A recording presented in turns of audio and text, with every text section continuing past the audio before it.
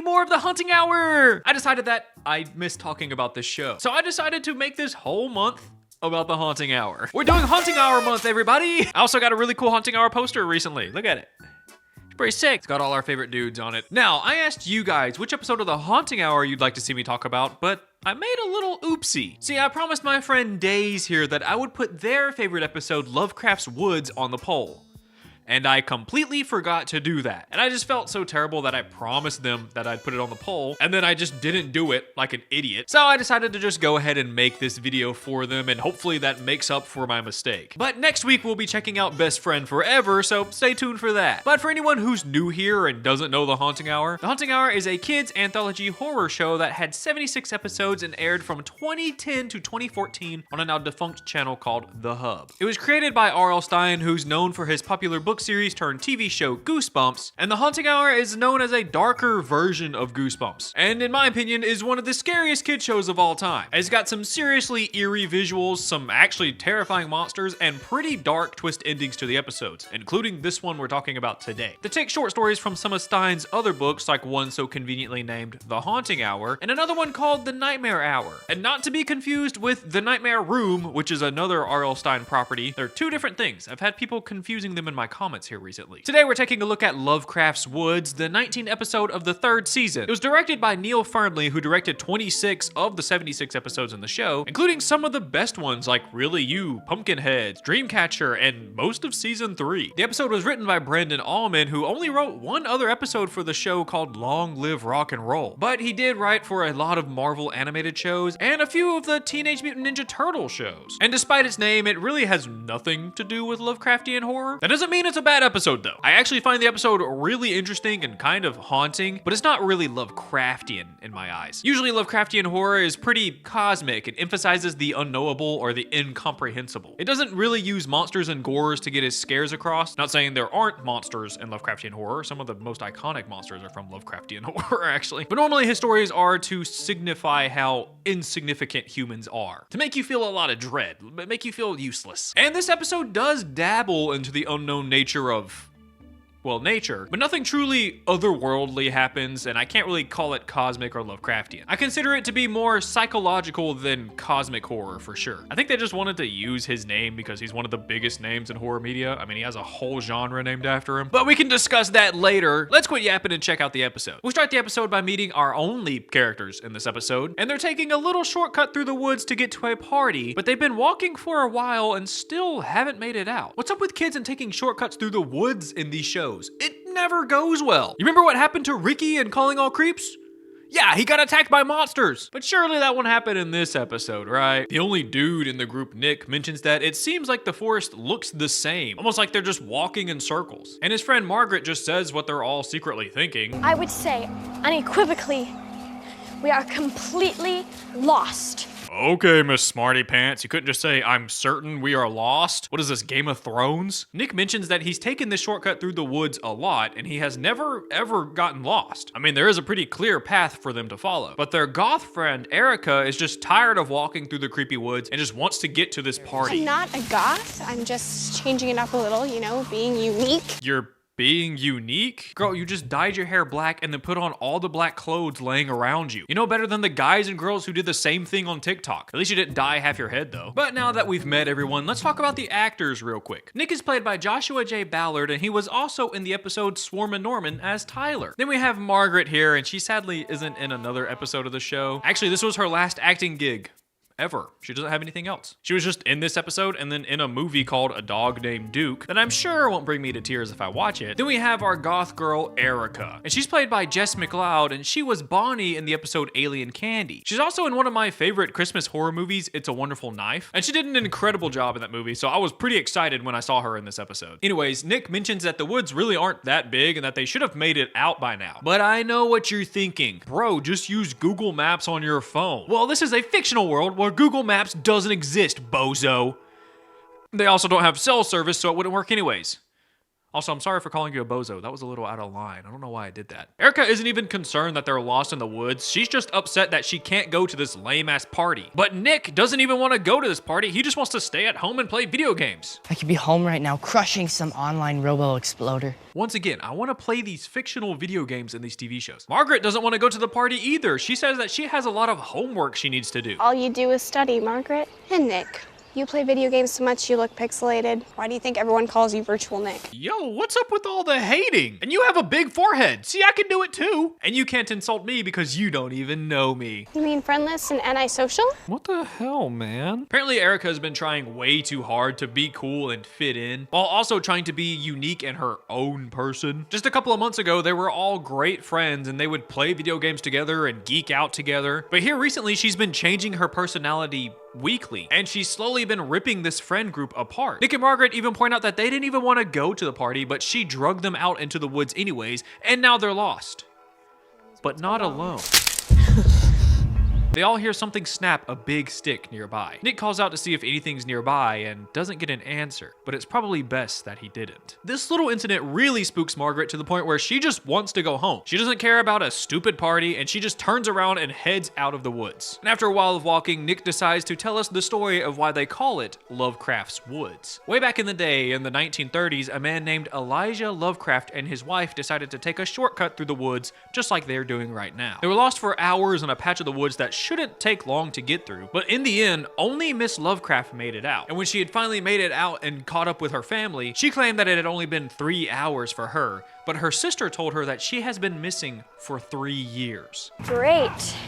We've been walking for 2 hours. Does that mean we've been lost for 2 years? I don't want to burst your bubble or anything, but Miss Lovecraft claims that a ghoul captured Elijah Lovecraft and took him deeper into the woods where he never made it out. And if they're not careful, the same thing can happen to them. The two girls brush off his little tall tale, and Erica checks her phone to see if they found any service. And she notices that her phone says it's 9:30 p.m., but it's not even dark outside, so there's no way it's 9 p.m. But what's even crazier is Nick's phone says it's 3 a.m. Surely there's a logical explanation to this, and Margaret thinks it could be a possible satellite interference that is making their phones bug out. But I don't think satellites can do that. I'm no expert here, but I think you set the time on your phone yourself. So how could a satellite change something hardwired into your phone?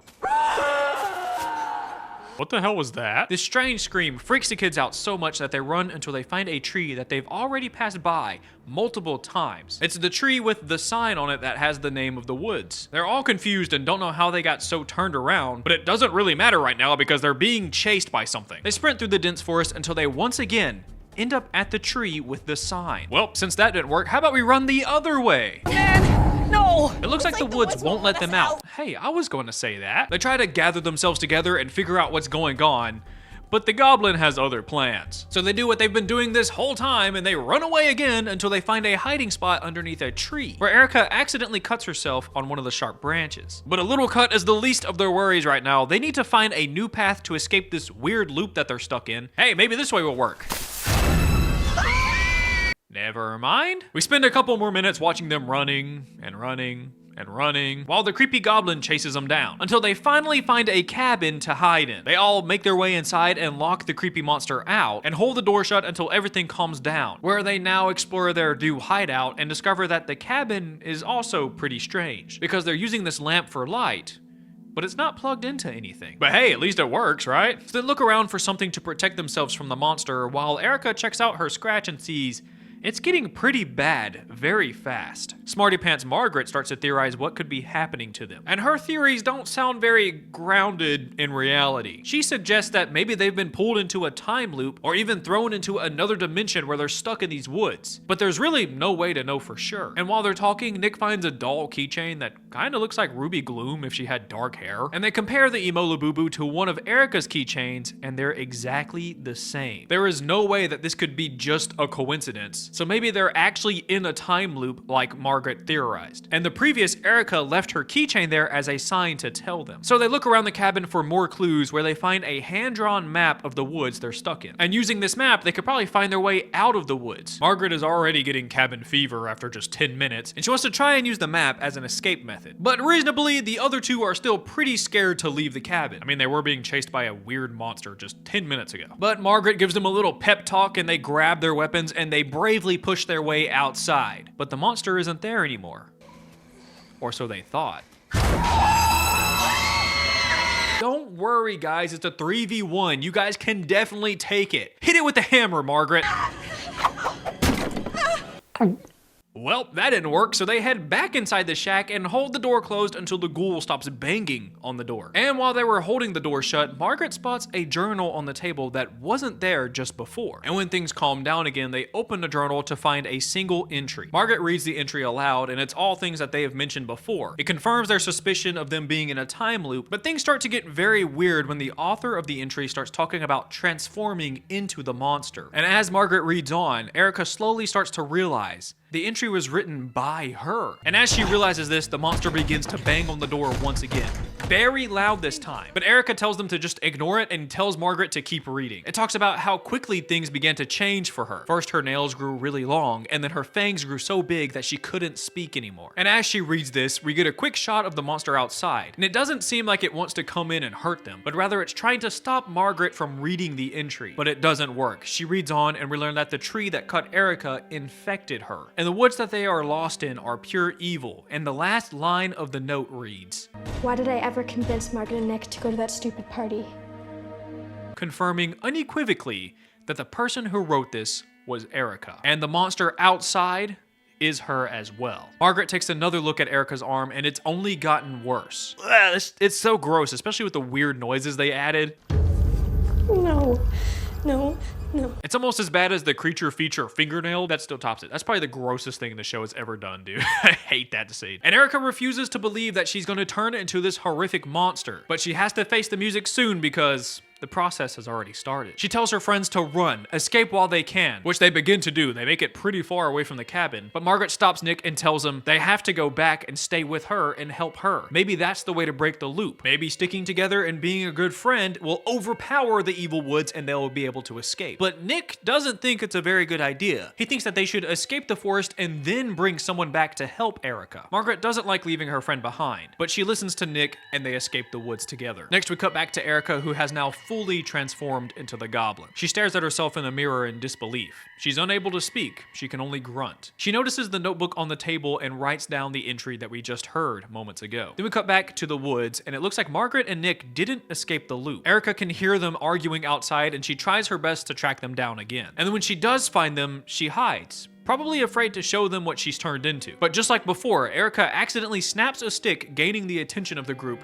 But this time, we get a little more detail. We see that Erica locked eyes with herself in that moment before the monster Erica turns around and just walks away. And that's where the episode ends. It got really depressing really quick there at the end, huh? This episode is actually shockingly really good. Season 3 of The Haunting Hour is really fun to me because you'll have some episodes like Grandpire's Uncle Howie or My Robot, you know, goofy, silly episodes of the show. And then you'll have some of the actually scary, good episodes like The Weeping Woman, Spaceman, or Gollum. And this episode is definitely in the latter side of them. I admit I expected more cosmic-y horror things to happen, and finding out that they just named the woods after a dude with the last name Lovecraft was kind of disappointing, I will admit. But everything else in this episode is pretty great. It's all you want out of The Haunting Hour. It's a really simple but effective story that sits with you for a while, and this episode definitely does sit with you for a while, especially when you start thinking about how long the kids have been in the woods, how many times have they been through this time loop, and how they're going to break it. Why did the woods choose Erica to turn into the goblin? Do they have to wait for someone else to enter the woods before they can make their escape? How many people have been stuck in this time loop before them? So many questions unanswered.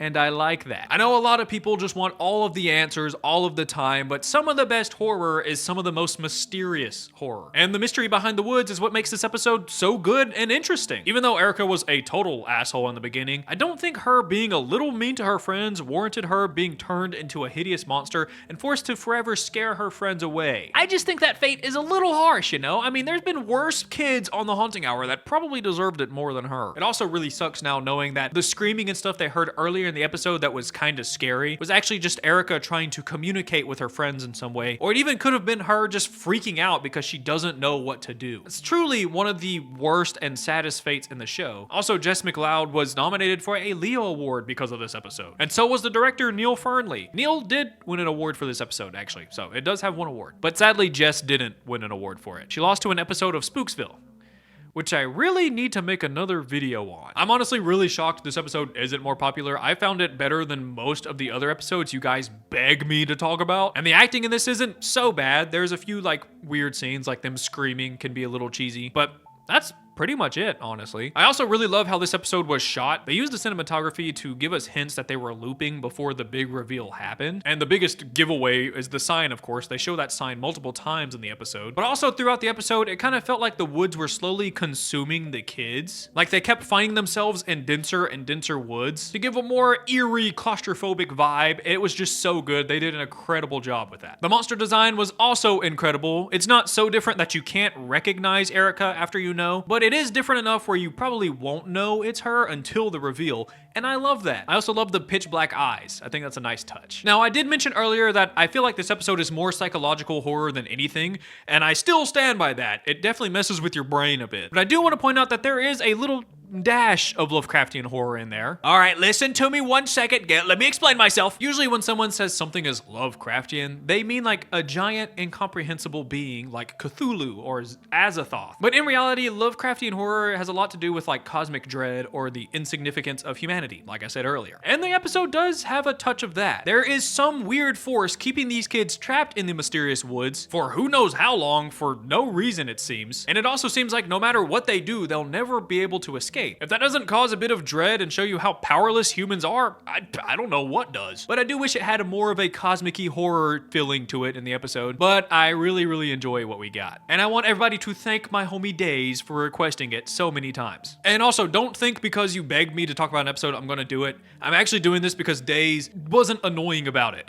They would like comment about something on the video I made. They would like actually have a conversation with me, and then they'll just put day whatever of asking for Lovecraft Woods.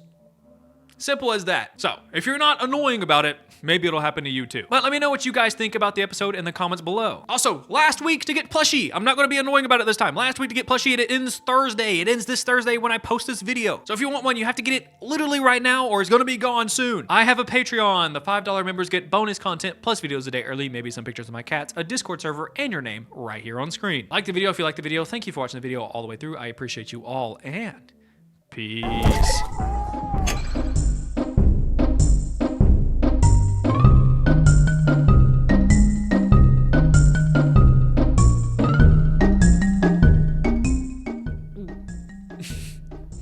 Trying to gulp loud is so hard. I can't do it, dude. It's so hard.